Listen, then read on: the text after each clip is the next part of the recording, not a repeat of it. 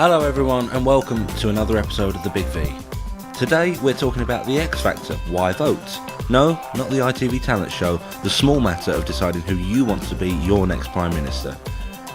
As the general election on May the 7th approaches closer and closer, one of the big questions in this vastly unpredictable campaign is just how many students and young people will turn out to vote. Only 44% of people aged 18 to 24 voted in the 2010 election, and this year could see that number fall even lower. I sat down and spoke with SU President Josh Goddard, SU Women's Officer Vicky Hayes-Kimber, and AIM Events and Politics Society President Ellis to get their thoughts on why young people aren't engaging with politics and why it's so important that we all make our voices heard on May the 7th. Why do you think that students are so disengaged with politics on the whole? Because they have no one to... Students feel they don't have anyone that represents them. They can't connect with politicians. So they feel disengaged because they can't see anyone that they physically connect with, and they don't see why voting or why being involved in the general elections and politics in general benefits them. Even though it directly benefits them, they can't see why they should vote. And that's why people like Russell Brand, who are now saying not to vote, it becomes much more appealing because Russell Brand is someone who people do look up to, especially because he uses very big, jargon to kind of make him seem more sophisticated and educated. And I think that style needs to be adopted, but not for opposing politics, but actually for allowing politics to be used in the 16 to 25 age bracket. I think one focus should be on role models, as Josh said, as young people should have that role model that they look up to and aspire to in politics. But in addition to which, I think we should hammer down on education. We need to educate young people why politics is so important, that the power is in your vote and you have the power to make changes. And then with that education, they get the grasp of the understanding and get more involved in voting and into politics. Yeah, I like all three of you are quite sort of switched on in terms of getting involved with politics and current affairs, that kind of thing. What was it that got you initially interested? Because like you say, it's not something that's kind of very youth-centric. I came from a very liberal and political background, so an example of which is my mum chained herself to a tree when she was younger and I was a kid, and we got picked up late from school because of that. So, and over the dinner table we had a very open discussion about politics, religion and everything, so I was able to learn at such a young age. And then when obviously I came to university, I got very much involved with my students' union, made some great friends, and I enjoyed the environment. I enjoyed the politics, I enjoyed the discussions, the different opinions, and I like the idea that, like I said, the power is in our hands and we can make change and go forth with it. For me, it was campaigning on human rights since I was about 13. My father was infected with hepatitis C due to a government scandal, and I've been campaigning ever since I was younger and could understand it on government policies, health reforms, human rights. I've transiently been involved in government and policies and politics since I can remember. Because of that. For me, it all started when we had citizenship and in GCSE, and we realised, I realised I only had a very small understanding of politics at the time, really only knowing which newspaper supported which political party. But even for that, I was still top of the class in regards to it, and I found it quite shocking. So when I got to A level, I wanted to take up politics because obviously it is such a big thing and such an important part of everyone's life.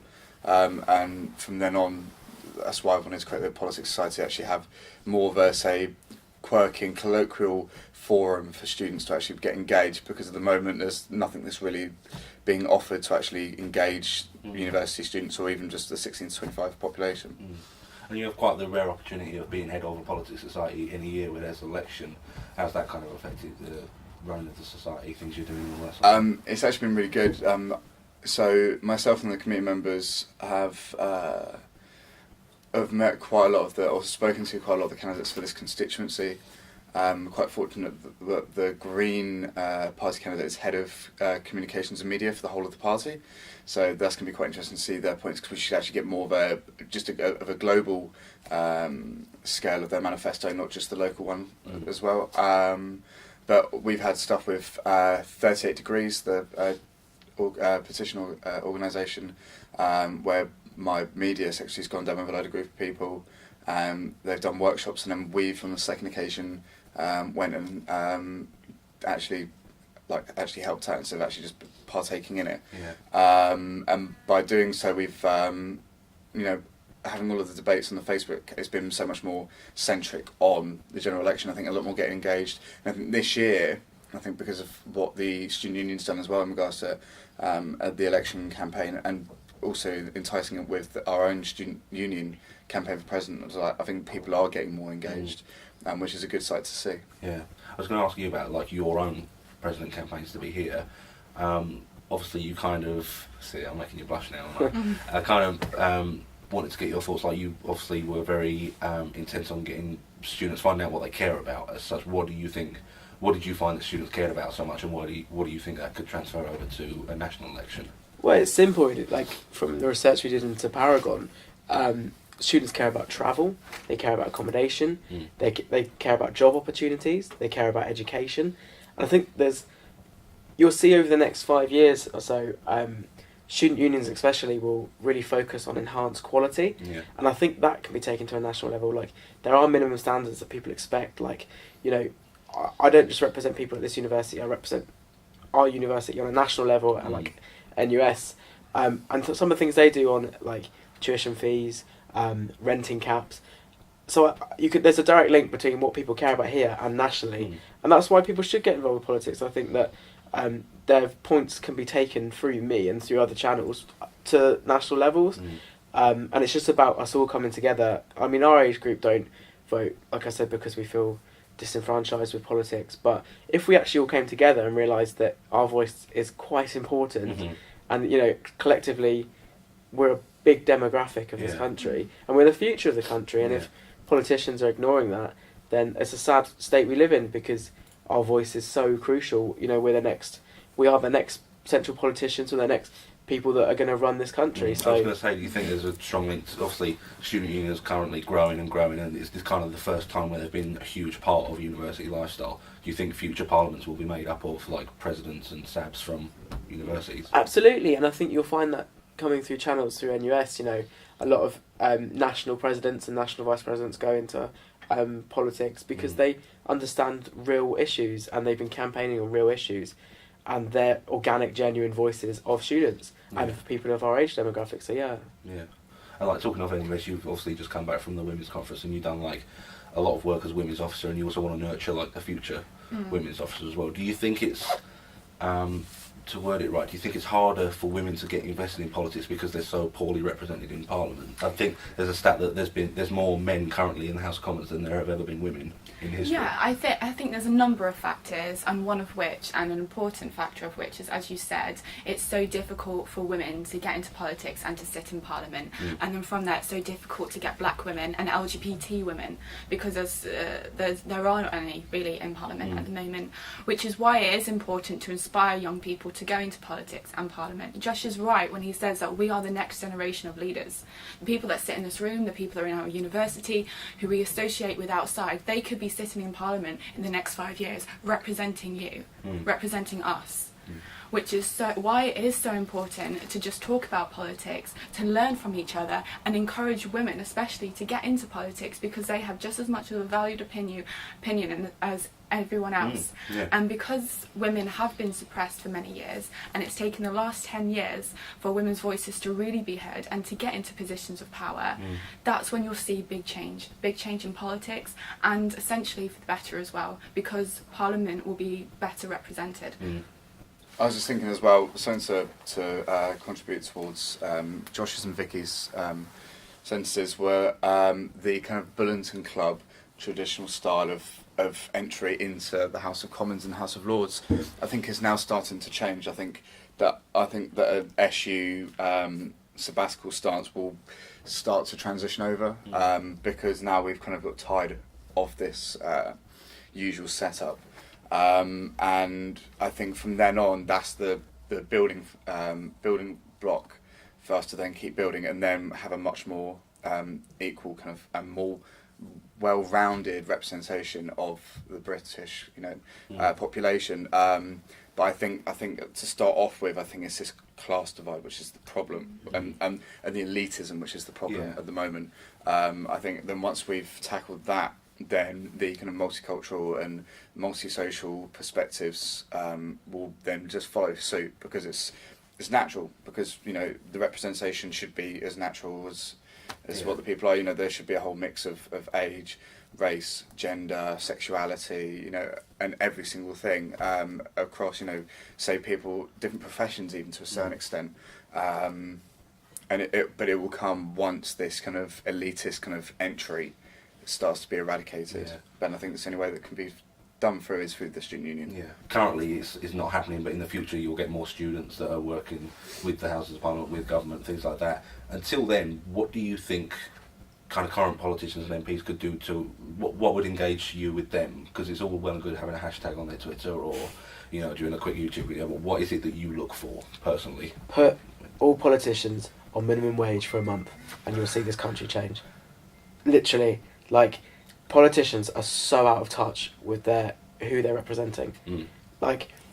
It's unreal. Like you said, putting in a hashtag on the Twitter, because I think that's cool and that's what we do. It's not anything to do with that. These people, they look back on their student times, and like Ellis said, they went to Oxford, they went to Cambridge. Everything was good for those people. But you have students who can't afford to eat. You have students who can't afford to pay rent because London's rent's too high. You have students that can't afford to go to lectures because they can't afford to get the bus into uni. Put these politicians in their shoes, and that's how you get a true representation. I think there needs to be another direct link to get into Parliament. So at the moment it's based on tradition. It's not what you know, it's who you know. And primarily the people that are there are white, middle-class, male privileged. And therefore, white, male, middle-class privilege have that direct link to get there. They have people who are in Parliament in political positions of power. They have family in that position, and that's how they get there. Now, what about the majority?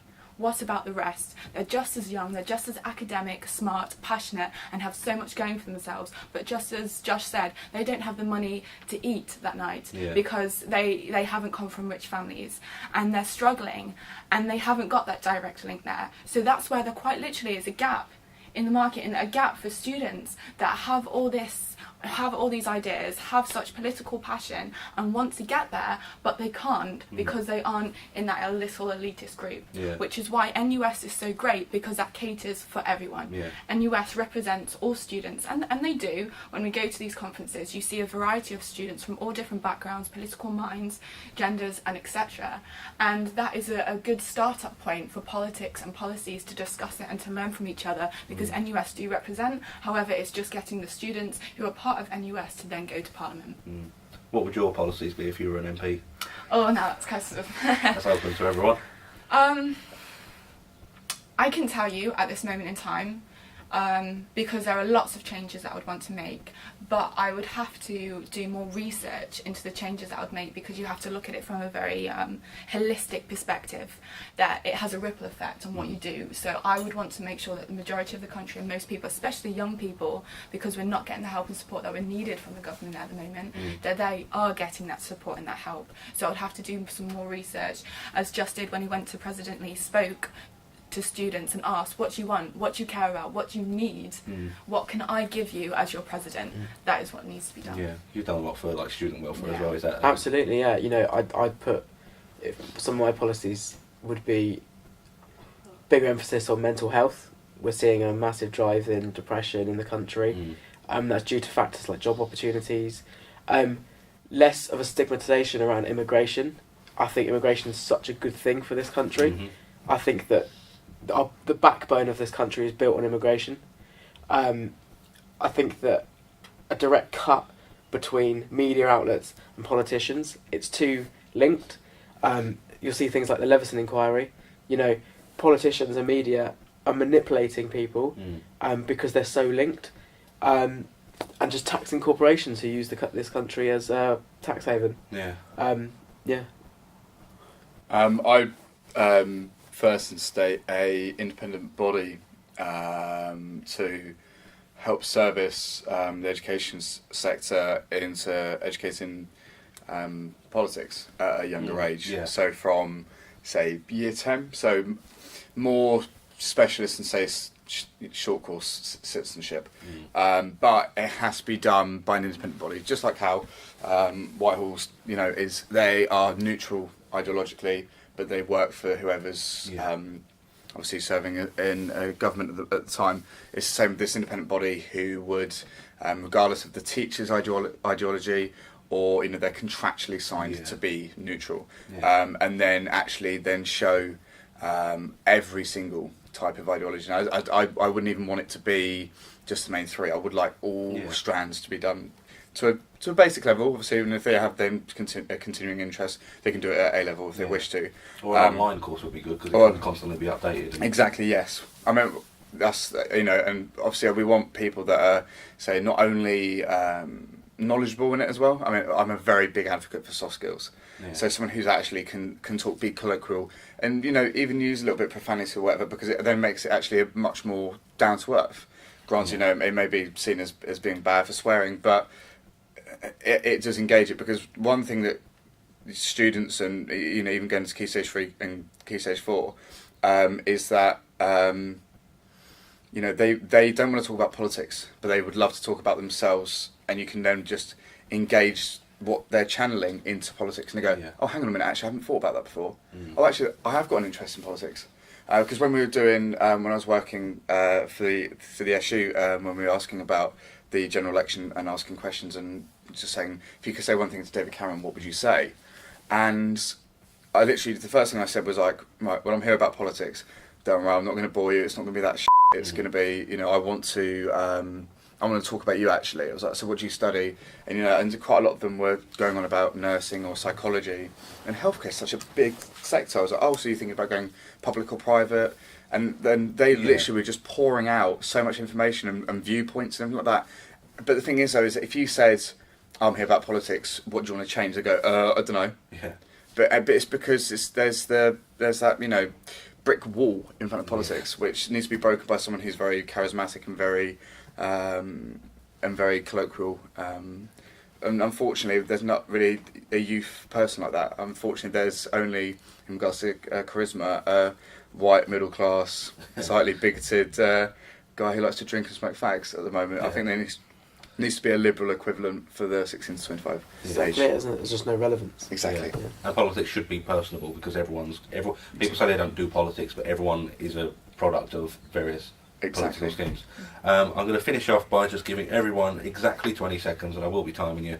Just tell listeners why they should vote and why it's so important to vote, and I'll start with you, Josh, if that's all right. Yeah, it's fine. Oh no, I'll just give you a little bit of warning. So the 20 seconds starts now. If you don't vote, you don't have the right to moan about the country. That's it. There we go, 5 seconds there from Josh Goddard. Perfect. And Ellis? Okay. You need to make sure you vote. Make sure that you read through and watch the TV debates, because what we need to do is we need to break this traditional style, and we're the people that can do it. Because if you don't vote, no one's really going to give a shit about what you think. And Vicky? I think people forget how powerful they are. So when they do sit there and complain about the country, they complain about different policies, you actually have the power to change that with your vote. Perfect. Thank you very much for all your time. Thank you. For that. Again, thank you to Josh Goddard, Vicky Hayes-Kimber and Ellis Johnson for their fantastic insights and opinions there. Remember, you have until May the 7th to make up your mind about who you want to run your country.